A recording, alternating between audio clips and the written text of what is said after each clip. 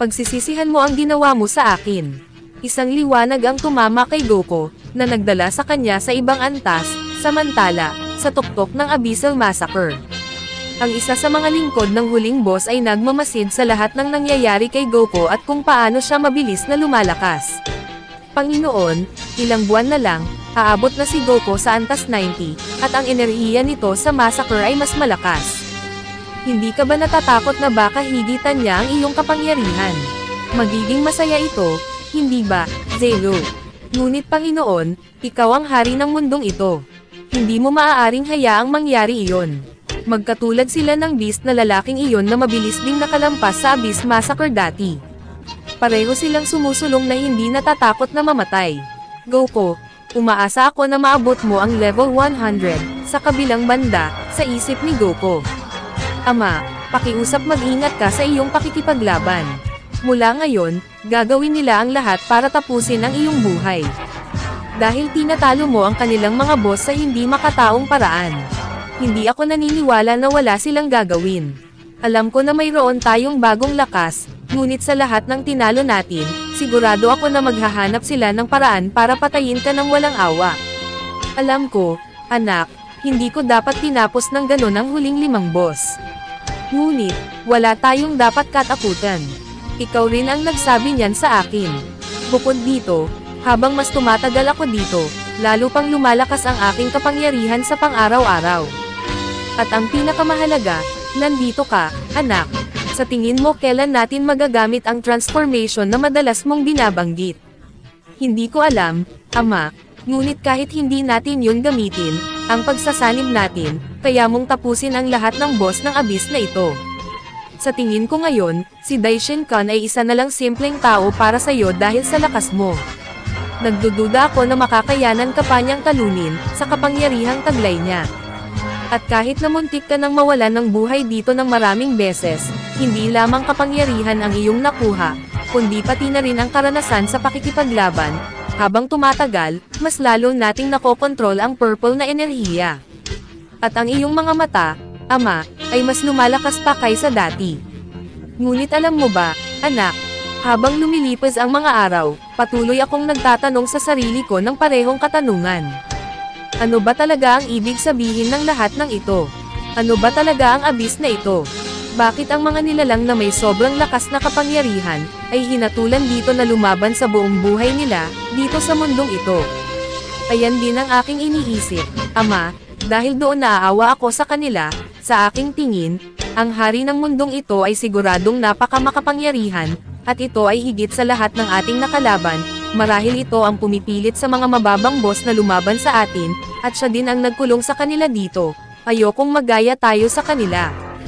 Ano kaya ang lihim na tinatago ng hari ng abyss na ito? Gohan, kailangan kong neutralisahin ang lahat ng negatibong enerhiyang pumapasok sa aking katawan. Pakiramdaman mo ang paligid, anak. Sa kabilang banda, si Daishinkan ay patuloy pa rin sa pagsasanay kasama ang kanyang ama. Bago siya pumunta sa kanyang huling pagsusulit, babalikan natin ang ilang buwan ng kanyang pagsasanay. Ama, ang kapangyarihang aking nakamit sa pagpasa ng unang pagsusulit ay hindi kapanipaniwala ang lakas. Hindi ako makapaghintay para sa susunod na 2 pagsusulit.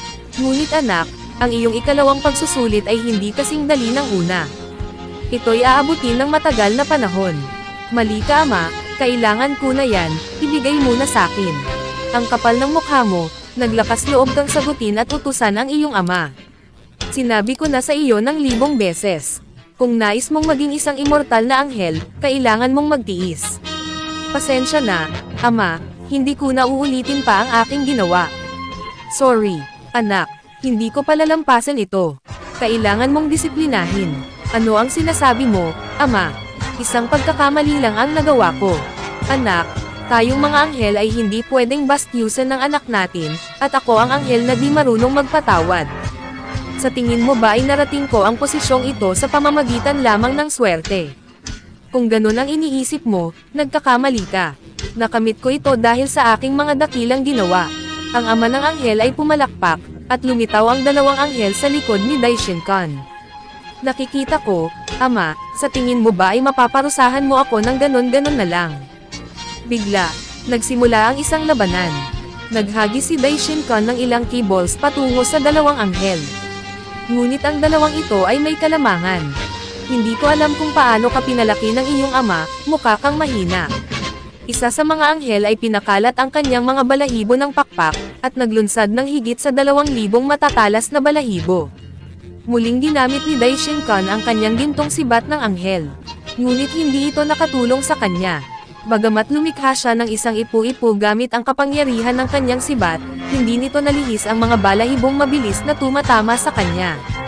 Nang biglang, nawala ang kapangyarihang natanggap niya sa pagtapos ng unang pagsusulit, dahil doon nawalan siya ng malaking bahagi ng kanyang lakas, at tinamaan ng mga balahibo ang kanyang buong katawan.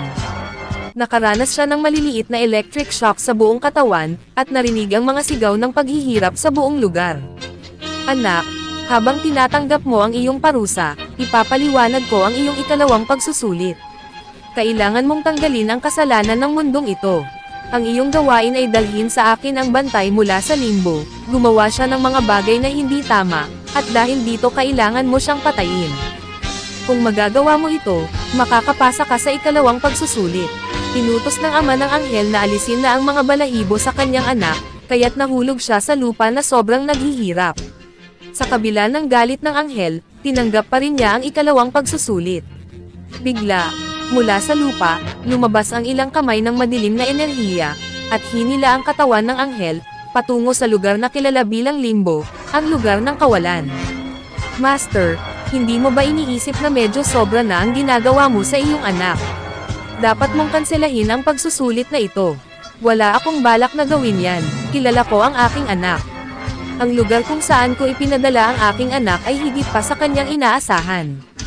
Hindi na ako nagdududa kung makakalabas siya doon ng may malalang pinsala. Ano sa tingin mo? Hindi ba nawalan ka ng binti sa pagpasok sa lugar na iyon? Hiniling mo pa nga sa akin na ilabas ka. Huwag mo naman ulit ipaalala sa akin ang kaiyahiyang sandaling iyon. Teka lang, hindi mo ba naiisip na magkakaroon lamang ng mas kaunting tsansa ang iyong anak na manalo sa lugar na iyon dahil sa kapangyarihan na inalis mo sa kanya? Sa palagay ko tama ka. Kung hindi dahil sa isa pang pagsusulit na ginagawa niya ngayon, hindi ko na sana ibabalik sa kanya ang kapangyarihan na kinuha ko. Sa kabilang banda, hinayla si Daishinkan patungo sa mundo ng kawalan, at nakakita siya ng isang kulay abong mundo na walang anumang nilalang na nabubuhay. Ang mga kamay na nasa ibabaw niya ay magsisimulang agawin ang kanyang banal na kapangyarihan, ngunit sa kabutihang palad, ibinalik ng kanyang ama ang kapangyarihan na kanyang nawala, dahil doon nagawa niyang takasan ang mga kamay na iyon, at nagsimulang lumayo mula doon. Ang lugar na ito ay may napakasamang amoy, at nakakarinig ako ng mga daing. Sa aking tingin, interesado ang mga kaluluwa dito, sa aking banal na kapangyarihan. Bigla, may lumitaw na kakaibang halimaw sa likod ng anghel. Sino ka? Ikaw ba ay isang anghel? Pakiusap, ibigay mo sa akin ang iyong liwanag. Nais kong mabawi ang aking orihinal na katawan. Inunat ng nilalang ang kanyang mga kamay, at sinubukang muling hulihin ang anghel. Napakapangit mong nilalang. Hindi ko ibibigay sa iyo ang aking banal na enerhiya. Lumabas kagintong sibat ng anghel, isang malakas na liwanag ang tumama sa halimaw, at tumagos sa kanyang ulo. Bumagsak ang nilalang sa lupa, ngunit ang presensya ng anghel ay mas nakakaakit pa ng mas maraming kaluluwa. Dahil doon, mahigit 2 araw na walang tigil na lumaban ang anghel. Marahil walang katapusan ito. Napakahina nila, ngunit ang kakulangan ng pahinga at enerhiya ay kinakapagod ng aking katawan. Bigla, bumagsak ang anghel sa lupa, at ilang kaluluwa ang humawak sa kanyang katawan. Nagsisimula ng maubos ang aking lakas. Hindi ko ito maaaring hayaan. Nang biglang, sa bundok ng mga kaluluwa, lumitaw ang isang enerhiya na tumapos sa lahat ng mga kaluluwa. Ang anghel ay sinamantala na wala ng kaluluwa sa paligid, at nagtago sa isang malapit na kuweba. Hindi ko alam na ganito kahirap ang pagsusulit na ito, pero kahit papaano ay makakabawi ako ng kaunting enerhiya dito. Habang nagpapahinga ang anghel, may narinig siyang mga yabag sa lugar, na nagpabangon sa kanya agad. Saan nanggagaling ang tunog na iyon? Nang biglang, isang malakas na suntok ang tumama sa kanya, na nagpadala sa kanya sa paglipad, at winasak nito ang kuweba. Nagsimulang sumuka ng dugo ang anghel. Kaninong suntok iyon? Pagtingala niya sa langit, nakita niya ang isang napakalaking kaluluwa, ikaw pala ang anghel na pumasok sa mundong ito. Talagang napakalakas ng iyong enerhiya, sa mundong ito, ang enerhiya ang lahat-lahat. Ikaw ba ang bantay ng lugar na ito? Hahaha, nagkakamali ka, ako ang pinakamalakas dito. Huwag mong ikumpara ang aking lakas sa bantay lamang. Hindi ko alam kung sino ang nagpadala sa iyo, ngunit ngayon, hindi ka makakalabas ng buhay sa lugar na ito. Nang biglang, bumagsak ang higanteng kamao sa kanya. Ginamit ni Daishinkan ang kanyang dalawang kamay upang subukang pigilan ang atake. Dahil sa lakas nun, nagdulot yun ng pagkahati ng lupa, at nahulog ang anghel sa lupa, na gusto nang lumunin ng iba pang mga kaluluwa, kaya agad niyang ginamit ang kanyang mga pakpak ng anghel upang makalipad.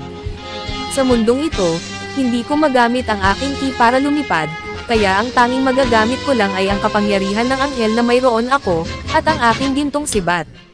Pinutol ng anghel ang paa ng halimaw, gamit ang dulo ng kanyang sibat, ngunit ito ay muling tumubo. Napaka-interesante ng sibat mo. Bakit hindi mo na lang ito ibigay sa akin? Baka sa ganitong paraan ay hayaan kitang mabuhay. Tama na ang kalokohang ito. Banal na liwanag ng anghel. Isang matinding liwanag ang magpapabulag sa halimaw. Ang anghel, na walang pag-aalinlangan, ay pinatarak ang kanyang sibat sa dibdib ng halimaw, ngunit agad itong nilunok ng halimaw. Dahil doon, sobrang lumakas ang kapangyarihan ng halimaw. Sobra kang nakakatuwa, ako'y naging mas malakas salamat sa teknik na ginamit mo. At hindi lang iyon, natawag mo pa ang mga nilalang na katulad ko. Ano ito? Para itong masamang panaginip. Sa aking mundo, isa ako sa pinakamalakas, ngunit dito, isa lang akong langgam. Kung magagamit ko lang sana ang aking ki sa mundong ito, ang anghel ay mag-uumpisang tumakas palayo sa lugar, ngunit ang nilalang ay agad na nagpakita sa harap niya para bigyan siya ng suntok, para akong basura sa mundong ito, at patuloy akong sumusuka ng dugo, ngunit hindi ko hihilingin sa aking ama na iligtas ako mula rito. Hahaha, para kang basura, anghel. Mukha kang isang basang sisiw. Bakit hindi ko nalang bunutin ang mga pakpak mo? At gawin itong magandang palamuti. Sandali lang, alam ko na ang gagawin ko sa natitira kong lakas. Ang anghel ay magbubukas ng kanyang mga pakpak. At higit sa 500 na balahibo ang sabay-sabay na lalabas. Ang mga balahibong ito ay babagsak sa halimaw. Akala mo ba ay matatalo mo ako sa ilang balahibo lamang? Tingnan natin yan. Isang napakalakas na bagso ng enerhiya ang magpapasigaw sa halimaw. Ang kanyang dibdib ay sandaling magbubukas, inihahayag ang sibat ng anghel, kailangan ko nang mabawi muli ang aking sibat. Ang anghel ay kikilos ng napakabilis para mabawi ang sibat, dahil doon ang kapangyarihan ng halimaw ay malaki ang ibinaba. Nakakainis ka, ano ang ginagawa mo? Ibalik mo sa akin ang aking sibat. Anong pinagsasabi mo? Akin itong sibat, at ako mismo ang magtuturo sa iyo kung paano ito gamitin ng tama.